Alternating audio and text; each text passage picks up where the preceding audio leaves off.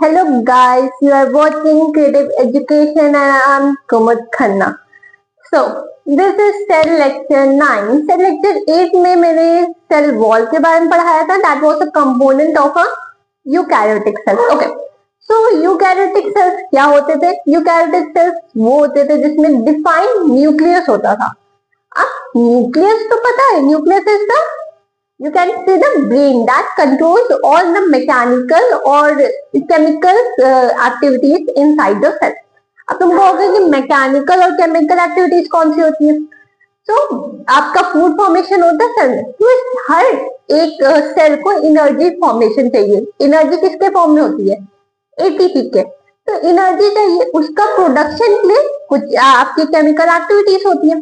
That is control by nucleus. तो आज हम लोग न्यूक्लियस के बारे में ही पढ़ेंगे. तो न्यूक्लियस, उसके बाद क्रोमैटिन. क्रोमैटिन न्यूक्लियस का ही में एक पार्ट होता है, तो वो पढ़ेंगे.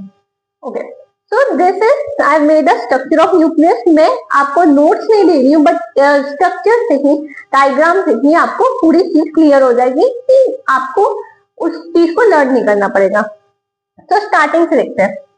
अगर मैं ये जो लेयर है इसकी बात करूं, इसको क्या कहते हैं? इसको कहते हैं हम न्यूक्लियर एनवेलप. एनवेलप जैसे होता है ना, उसको पैक कर दिया जाता है, वैसे ही जो न्यूक्लियर एनवेलप होता है वो न्यूक्लियस को पैक कर देता है. किससे? अच्छा, अगर मैं ये मानती यहाँ सेल होता तो यहाँ पे क्या होता? यहाँ पे होता है साइटोप्लाज्म. बाहर का एरिया जो होता है सेल का वो साइटोप्लाज्म होता ना. तो मैं कह सकती हूँ nuclear envelope divides nucleus from cytoplasm. अगर न्यूक्लियर एनवेलप नहीं होता तो क्या हो जाता? ये क्वेश्चन आता है कि if there was no nuclear envelope what effect would have be there in nucleus. तो ये जो मटेरियल है न्यूक्लियस का वो सब स्कैटर हो जाता, फिर तो वो यूकैरियोटिक सेल ही नहीं होता. क्यों? क्योंकि प्रोकैरियोटिक सेल्स में हम लोगों ने पढ़ा था कि प्रोकैरियोटिक सेल्स में न्यूक्लियस डिफाइन नहीं होता, वहां पे न्यूक्लियर मेम्ब्रेन होती नहीं है. ध्यान रखोगे, न्यूक्लियस में डबल मेम्ब्रेन होती है.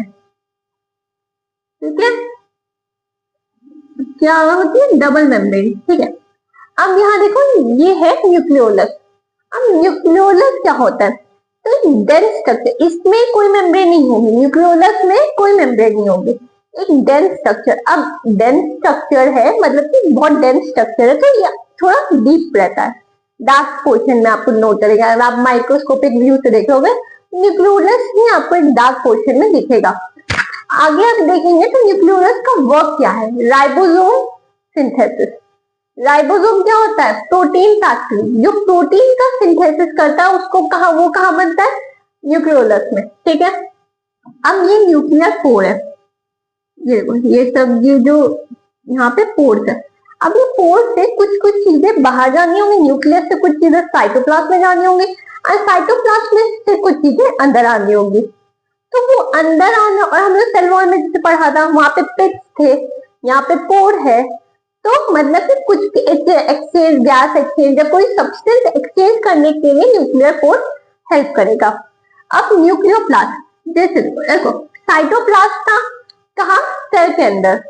न्यूक्लियोप्लास्ट, न्यूक्लियस के अंदर जो लिक्विड है, न्यूक्लियस के अंदर जो लिक्विड या फ्लूइड भरा है उसे हम क्या कहते हैं? न्यूक्लियोप्लास्ट. ठीक है, बाकी ये क्या है? ओके, यहाँ से आप देख सकते हैं ये न्यूक्लियर एनवेलप का, यहाँ से ये स्ट्रक्चर निकल रहा है, दैट इज एंडोप्लाज्मिक रेटिकुलम. ये एक सेल ऑर्गेनेली होती है. एक सेल में बहुत सारी ऑर्गेनेलीज होती हैं जो मैं अभी आपको बताऊंगी. एंडोप्लाज्मिक रेटिकुलम दो टाइप के होते हैं, बट उसके डिटेल में नेक्स्ट वीडियो आएगा. ठीक है, अब आ गया ये थ्रेड लाइक स्ट्रक्चर. ये जो थ्रेड लाइक स्ट्रक्चर है, अब ये क्या है? That is chromatin. क्रोमैटिन क्या होता है? देखो, अब सेल्स के जो डिवीजन होंगे वो दो टाइप्स के होते हैं. एक माइटोसिस होता है, एक मियोसिस होता है. अभी नाम याद नहीं होंगे तो मैं बेसिकली बताती हूँ. सेल के डिवीजन, एक होता है आपका कहीं कट लग गया तो उसको रिपेयर करने के लिए सेल यूज होता है. फिर एक होता है आपका जो सेक्स सेल्स होते हैं उसमें यूज होते हैं. तो क्रोमैटिन हमारे हर सेल में प्रेजेंट है, हर सेल में प्रेजेंट. तो क्रोमैटिन बनता कैसे है? क्रोमैटिन बनता है डीएनए से एंड प्रोटीन से। प्रोटीन कौन सा होता है? हिस्टोन्स, अभी पढ़ रहे हैं उसके बारे में। यहाँ पे ये ध्यान रखो, the nucleolus may be one और मोर। न्यूक्लियस एक या दो हो सकता है, एक दो से ज्यादा भी हो सकता है number, and is not bounded by any membrane. कोई भी मेम्ब्रेन नहीं होती है न्यूक्लियोलस में। ध्यान रखोगे, न्यूक्लियोलस में कोई भी मेम्ब्रेन नहीं होती है। न्यूक्लियोलस और न्यूक्लियस अलग है। Nucleolus is the part of nucleus, ठीक है। It is rich in RNA. RNA क्या होता है? Ribo nucleic acid. तो बेसिकली आरएनए प्रोटीन मॉलिक्यूल्स होते हैं, ठीक है, प्रोटीन मॉलिक्यूल्स होते हैं। पर अगर मैं आपको इसके डीप में पढ़ाऊंगी तो आप कंफ्यूज हो जाओगे, क्योंकि आपके सिलेबस में नहीं है। तभी आप क्या याद रख सकते हो? RNA is a protein molecule और इसका full form is ribo nucleic acid. तो न्यूक्लियोलस में आरएनए होता है, act as a site of ribosomes. मतलब राइबोसोम्स कहाँ बनते हैं? तो न्यूक्लियोलस में। अभी तुम कंफ्यूज ना हो इसमें एक चीज बता देती हूँ। यहाँ पे एंडोप्लाज्मिक रेटिकुलम दो टाइप के होंगे, एक रफ एंडोप्लाज्मिक रेटिकुलम जिसमें राइबोसोम थिक होंगे। तो राइबोसोम जहाँ थिक होंगे वो सिंथेसिस नहीं है, वो बना नहीं रहा है, वहां सिर्फ प्रोटीन का सिंथेसिस होगा। और यहाँ न्यूक्लियोलस में राइबोसोम्स का सिंथेसिस हो रहा है। समझे कि मतलब न्यूक्लियोलस में राइबोसोम्स बन रहे हैं एंड यहाँ एंडोप्लाज्मिक रेटिकुलम के पास राइबोसोम है, यहीं से राइबोसोम ट्रांसफर होंगे, यहाँ बनेंगे, यहाँ ट्रांसफर होंगे एंड वो जो ट्रांसफर होंगे वो प्रोटीन सिंथेसिस करेंगे। अब हम लोग पढ़ते हैं क्रोमैटिन, जो मैंने यहाँ बताया। It is a thread like structure. Thread है ना, ठीक है, composed of genetic substance. Genetic substance क्या होता है? जेनेटिक सब्सटेंस या हेरिडिटरी यूनिट दोनों एक ही बात है। मतलब मैं जो अपने पेरेंट्स से लूं, पेरेंट्स मैंने कोई जीन्स लिए, पेरेंट्स से मैंने लिए, तो that is a genetic substance. अब आप कहोगे कि सिर्फ वो उसमें होते हैं, गैमीट सेल्स में होते हैं? नहीं, आपके जेनेटिक सब्सटेंस हर सेल्स में होते हैं, पर हर सेल्स का डिफरेंट डीएनए होगा। जेनेटिक सब्सटेंस क्या होता है? डीएनए, ठीक है। डीएनए का फुल फॉर्म कमेंट सेक्शन में, ठीक है। And protein histones. तो देखो क्रोमैटिन दो चीजों से बना होता है, एक होता है डीएनए, एक होता है हिस्टोन्स। हिस्टोन्स क्या होता है? प्रोटीन। अब कैसे बनता है? Chromatin is form by repeating सब यूनिट्स कॉल्ड न्यूक्लियोसम्स। तो छोटी छोटी यूनिट्स होती है जिसको हम कहते हैं न्यूक्लियोसम्स, उसको रिपीट करता है। मतलब एक बार एक कॉपी किया, फिर उसमें दूसरा कॉपी किया, that is form the DNA. अब ये देखो, दैट इज फॉर्म क्रोमैटिन। ये डीएनए है, डीएनए का स्ट्रक्चर है, और ये हिस्टोन्स है। हिस्टोन्स क्या होता है? प्रोटीन होता है। तो डीएनए प्रोटीन को कवर करता है एंड ऐसे ही आगे यूनिट बनते जाएंगे एंड दैट जो वो पूरा कॉइल बनेगा, दैट इज कॉल्ड क्रोमैटिन। अब देखो क्रोमैटिन जो होता है वो क्या होता है? क्रोमैटिन जो होगा अब क्रोमोसोम्स में कन्वर्ट होगा। कब होगा? जब सेल डिवाइड होगा। जब सेल डिवाइड होगा तो इस स्ट्रक्चर में आ जाएगा। पहले क्या है? थ्रेड लाइक का कोई स्ट्रक्चर है इसमें? नहीं। अब क्या आएगा? इस स्ट्रक्चर में आ जाएगा, ये रॉड शेप में आ जाएगा, ठीक है। अब यहाँ पे ये जो बीच का पार्ट है, ये जो बीच का पार्ट है, इसको कहते हैं सेंट्रोमर्स। क्या कहते हैं? सेंट्रोमर्स। एंड यहाँ लास्ट के दो एंड फर्स्ट के दो, दोनों को मैं कहती हूँ टोलोमर्स। क्या कहूंगी? टोलोमर्स। ये है सेंट्रोमर्स, ये है टोलोमर्स। अब देखो इसमें ये तुम्हारा कॉइल्ड, इसमें कॉइल्ड हुआ सेल डिवीजन के टाइम, ये सेल डिवीजन के टाइम कॉइल हो गया। अब इसको मैं उस टाइम क्या कहूंगी? पहले अगर ये थ्रेड लाइक स्ट्रक्चर है तो मैं कहूंगी क्रोमैटिन। अब अगर ये कॉइल हो गया तो मैं कहूंगी क्रोमोसोम। क्या कहूंगी? क्रोमोसोम्स। अब इन दोनों को जब तक ये सेंट्रोसोम से ज्वाइंट है, जहां पे ये दोनों ज्वाइंट है, तब तक मैं इसको कहूंगी सिस्टर क्रोमैटिड। क्या कहूंगी? Sister chromatid. इन दोनों को मैं कहूंगी सिस्टर क्रोमैटिड। तो ये कैसे बनता है? डीएनए रेप्लिकेट करेगा, मतलब जीन्स इसमें सेम होंगे। अगर एक मान लो एक डीएनए है, वो अपने को रिप्लिकेट कर रहा है, रेप्लिकेट मतलब कॉपी कर रहा है, तो कुछ चेंज होगा? नहीं होगा। तो डीएनए क्या? सेम होंगे। अब एक और चीज समझते हैं यहाँ पे।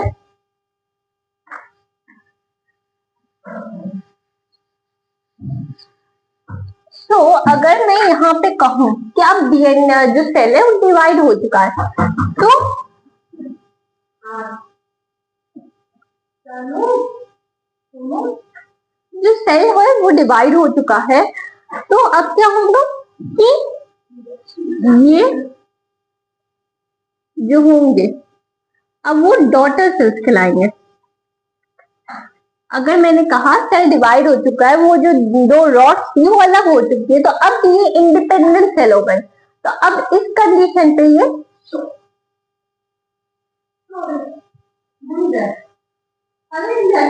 हटाया है।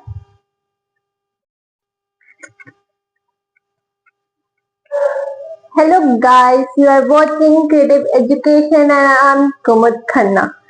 So this is cell lecture 9. Cell lecture 8 में मैंने cell wall के बारे में पढ़ाया था. That was a component of a eukaryotic cell. Okay. So eukaryotic cells क्या होते थे? Eukaryotic cells वो होते थे जिसमें defined nucleus होता था. अब nucleus तो पता है, nucleus is the you can see the brain that controls all the mechanical or chemical activities inside the cell. अब तुम कहोगे कि मैकेनिकल और केमिकल एक्टिविटीज कौन सी होती है? तो आपका फूड फॉर्मेशन होता है सेल में, तो हर एक सेल को एनर्जी फॉर्मेशन चाहिए। एनर्जी किसके फॉर्म में होती है? एटीपी के। तो एनर्जी चाहिए, उसका प्रोडक्शन के लिए कुछ आपकी केमिकल एक्टिविटीज होती है, that is control by nucleus. तो आज हम लोग न्यूक्लियस के बारे में ही पढ़ेंगे। तो न्यूक्लियस, उसके बाद क्रोमैटिन। क्रोमैटिन न्यूक्लियस का ही में एक पार्ट होता है, तो वो पढ़ेंगे। Okay, so this is I made a structure of nucleus. मैं आपको नोट्स नहीं दे रही हूँ, बट स्ट्रक्चर से ही, डायग्राम से ही आपको पूरी चीज क्लियर हो जाएगी कि आपको उस चीज को लर्न नहीं करना पड़ेगा। तो स्टार्टिंग से देखते हैं। अगर मैं ये जो लेयर है इसकी बात करूं, इसको क्या कहते हैं? इसको कहते हैं हम न्यूक्लियर एनवेलप। एनवेलप जैसे होता है ना, उसको पैक कर दिया जाता है, वैसे ही जो न्यूक्लियर एनवेलप होता है वो न्यूक्लियस को पैक कर देता है। किससे? अच्छा, अगर मैं ये मानती हूँ सेल होता तो यहाँ पे क्या होता? यहाँ पे होता है साइटोप्लाज्म। बाहर का एरिया जो होता है सेल का वो साइटोप्लाज्म होता ना। तो मैं कह सकती हूँ nuclear envelope divides nucleus from cytoplasm. अगर न्यूक्लियर एनवेलप नहीं होता तो क्या हो जाता? ये क्वेश्चन आता है कि if there was no nuclear envelope what effect would have been there in nucleus. तो ये जो मटेरियल है न्यूक्लियस का वो सब स्कैटर हो जाता, फिर तो वो यूकैरियोटिक सेल ही नहीं होता। क्यों? क्योंकि प्रोकैरियोटिक सेल्स में हम लोगों ने पढ़ा था कि प्रोकैरियोटिक सेल्स में न्यूक्लियस डिफाइन नहीं होता, वहां पे न्यूक्लियर मेम्ब्रेन होती नहीं है। ध्यान रखोगे न्यूक्लियस में डबल मेम्ब्रेन होती है, ठीक है? क्या होती है? डबल मेम्ब्रेन, ठीक है। अब यहाँ देखो ये है न्यूक्लियोलस। अब न्यूक्लियोलस क्या होता है? तो डेंस स्ट्रक्चर, इसमें कोई मेम्ब्रेन नहीं होगी, न्यूक्लियोलस में कोई मेम्ब्रेन नहीं होगी, एक डेंस स्ट्रक्चर। अब डेंस स्ट्रक्चर है मतलब कि बहुत डेंस स्ट्रक्चर है, तो ये थोड़ा डीप रहता है, डार्क पोर्शन में आपको नोट करेगा। अगर आप माइक्रोस्कोपिक व्यू से देखोगे न्यूक्लियोलस ही आपको एक डार्क पोर्शन में दिखेगा। आगे आप देखेंगे तो न्यूक्लियोलस का वर्क क्या है? Ribosome synthesis. राइबोसोम क्या होता है? प्रोटीन फैक्ट्री, जो प्रोटीन का सिंथेसिस करता है उसको वो कहाँ बनता है? न्यूक्लियोलस में, ठीक है। अब ये न्यूक्लियर पोर है, ये सब ये जो यहाँ पे पोर्स है। अब ये पोर्स से कुछ कुछ चीजें बाहर जानी होंगी, न्यूक्लियस से कुछ चीजें साइटोप्लाज्म में जानी होंगी, और साइटोप्लाज्म से कुछ चीजें अंदर आनी होंगी। तो वो अंदर आना, और हमने सेल वॉल में जैसे पढ़ा था वहां पे पिट्स थे, यहाँ पे पोर है, तो मतलब कि कुछ एक्सचेंज, गैस एक्सचेंज या कोई सब्सटेंस एक्सचेंज करने के लिए न्यूक्लियर पोर हेल्प करेगा। अब न्यूक्लियोप्लास्ट, जैसे देखो साइटोप्लास्ट था कहा? सेल के अंदर। न्यूक्लियोप्लास्ट, न्यूक्लियस के अंदर जो लिक्विड है, न्यूक्लियस के अंदर जो लिक्विड या फ्लूइड भरा है उसे हम क्या कहते हैं? न्यूक्लियोप्लास्ट, ठीक है। बाकी ये क्या है? ओके, यहाँ से आप देख सकते हैं ये न्यूक्लियर एनवेलप था, यहाँ से ये स्ट्रक्चर निकलता है, दैट इज एंडोप्लाज्मिक रेटिकुलम। ये एक सेल ऑर्गेनेली होती है, एक सेल में बहुत सारी ऑर्गेनेलीज होती हैं जो मैं अभी आपको बताऊंगी। एंडोप्लाज्मिक रेटिकुलम दो टाइप के होते हैं, बट उसके डिटेल में नेक्स्ट वीडियो आएगा, ठीक है। अब आ गया ये थ्रेड लाइक स्ट्रक्चर। ये जो थ्रेड लाइक स्ट्रक्चर है, अब ये क्या है? That is chromatin. क्रोमैटिन क्या होता है? देखो, अब सेल्स के जो डिवीजन होंगे वो दो टाइप्स के होते हैं, एक माइटोसिस होता है, एक मियोसिस होता है। अभी नाम याद नहीं होंगे तो मैं बेसिकली बताती हूँ। सेल की डिवीजन एक होता है आपका कहीं कट लग गया तो उसको रिपेयर करने के लिए सेल यूज होता है। फिर एक होता है आपका जो सेक्स सेल्स होते हैं उसमें यूज होते हैं। तो क्रोमैटिन हमारे हर सेल में प्रेजेंट है, हर सेल में प्रेजेंट। तो क्रोमैटिन बनता कैसे है? क्रोमैटिन बनता है डीएनए से एंड प्रोटीन से। प्रोटीन कौन सा होता है? हिस्टोन। अभी पढ़ रहे हैं उसके बारे में। यहाँ पे ये ध्यान रखो, the nucleolus may be one और मोर। न्यूक्लियस एक या दो हो सकता है, एक दो से ज्यादा भी हो सकता है number, and is not bounded by any membrane. कोई भी मेम्ब्रेन नहीं होती है न्यूक्लियोलस में। ध्यान रखोगे, न्यूक्लियोलस में कोई भी मेम्ब्रेन नहीं होती है। न्यूक्लियोलस और न्यूक्लियस अलग है। Nucleolus is the part of nucleus, ठीक है। It is rich in RNA. RNA क्या होता है? Ribonucleic acid. तो बेसिकली आरएनए प्रोटीन मॉलिक्यूल्स होते हैं, ठीक है, प्रोटीन मॉलिक्यूल्स होते हैं। पर अगर मैं आपको इसके डीप में पढ़ाऊंगी तो आप कंफ्यूज हो जाओगे क्योंकि आपके सिलेबस में नहीं है। तभी आप क्या याद रख सकते हो? RNA is a protein molecule और इसका फुल फॉर्म है राइबोन्यूक्लिक एसिड। तो न्यूक्लियोलस में आरएनए होता है act as a site of ribosomes. मतलब राइबोसोम्स कहाँ बनते हैं? तो न्यूक्लियोलस में। अभी तुम कंफ्यूज ना हो इसमें मैं एक चीज बता देती हूँ। यहाँ पे एंडोप्लाज्मिक रेटिकुलम दो टाइप के होंगे, एक रफ एंडोप्लाज्मिक रेटिकुलम जिसमें राइबोसोम थिक होंगे। तो राइबोसोम जहाँ थिक होंगे वो सिंथेसिस नहीं है, वो बना नहीं रहा है, वहां सिर्फ प्रोटीन का सिंथेसिस होगा। और यहाँ न्यूक्लियोलस में राइबोसोम्स का सिंथेसिस हो रहा है। समझे कि मतलब न्यूक्लियोलस में राइबोसोम्स बन रहे हैं एंड यहाँ एंडोप्लाज्मिक रेटिकुलम के पास राइबोसोम्स हैं, यहीं से राइबोसोम्स ट्रांसफर होंगे, यहाँ बनेंगे, यहाँ ट्रांसफर होंगे एंड वो जो ट्रांसफर होंगे वो प्रोटीन सिंथेसिस करेंगे। अब हम लोग पढ़ते क्रोमैटिन, जो मैंने यहाँ बताया। It is a thread like structure. Thread है ना, ठीक है। Composed of genetic substance. Genetic substance क्या होता है? जेनेटिक सब्सटेंस या हेरिडिटरी यूनिट दोनों एक ही बात है। मतलब मैं जो अपने पेरेंट्स से लूं, पेरेंट्स मैंने कोई जीन्स लिए, पेरेंट्स से मैंने लिए, तो that is a genetic substance. अब आप कहोगे कि सिर्फ वो उसमें होते हैं, गैमीट सेल्स में होता है? नहीं, आपके जेनेटिक सब्सटेंस हर सेल्स में होते हैं, पर हर सेल्स का डिफरेंट डीएनए होगा। जेनेटिक सब्सटेंस क्या होता है? डीएनए, ठीक है। डीएनए का फुल फॉर्म कमेंट सेक्शन में, ठीक है। And protein histones. तो देखो क्रोमैटिन दो चीजों से बना होता है, एक होता है डीएनए, एक होता है हिस्टोन्स। हिस्टोन्स क्या होता है? प्रोटीन। अब कैसे बनता है? Chromatin is form by repeating सब यूनिट्स कॉल्ड न्यूक्लियोसम्स। तो छोटी छोटी यूनिट्स होती है जिसको हम कहते हैं न्यूक्लियोसम्स, उसको रिपीट करता है। मतलब एक बार एक कॉपी किया, फिर उसमें दूसरा कॉपी किया, that is form the DNA. अब ये देखो, दैट इज फॉर्म क्रोमैटिन। ये डीएनए है, डीएनए का स्ट्रक्चर है, और ये हिस्टोन्स है। हिस्टोन्स क्या होता है? प्रोटीन होता है। तो डीएनए प्रोटीन को कवर करता है एंड ऐसे ही आगे यूनिट बनते जाएंगे एंड दैट जो वो पूरा कॉइल बनेगा, दैट इज कॉल्ड क्रोमैटिन। अब देखो क्रोमैटिन जो होता है वो क्या होता है? क्रोमैटिन जो होगा अब क्रोमोसोम्स में कन्वर्ट होगा। कब होगा? जब सेल डिवाइड होगा। जब सेल डिवाइड होगा तो इस स्ट्रक्चर में आ जाएगा। पहले क्या है? थ्रेड लाइक का कोई स्ट्रक्चर है इसमें? नहीं। अब क्या आएगा? इस स्ट्रक्चर में आ जाएगा, ये रॉड शेप में आ जाएगा, ठीक है। अब यहाँ पे ये जो बीच का पार्ट है, ये जो बीच का पार्ट है इसको कहते हैं सेंट्रोमर्स। क्या कहते हैं? सेंट्रोमर्स। एंड यहाँ लास्ट के दो एंड फर्स्ट के दो, दोनों को मैं कहती हूँ टोलोमर्स। क्या कहूंगी? टोलोमर्स। ये है सेंट्रोमर्स, ये है टोलोमर्स। अब देखो इसमें ये तुम्हारा कॉइल्ड हो, इसमें कॉइल्ड हुआ सेल डिवीजन के टाइम, ये सेल डिवीजन के टाइम कॉइल हो गया। अब इसको मैं उस टाइम क्या कहूंगी? पहले अगर ये थ्रेड लाइक स्ट्रक्चर में तो मैं कहूंगी क्रोमैटिन। अब अगर ये कॉइल हो गया तो मैं कहूंगी क्रोमोसोम। क्या कहूंगी? क्रोमोसोम्स।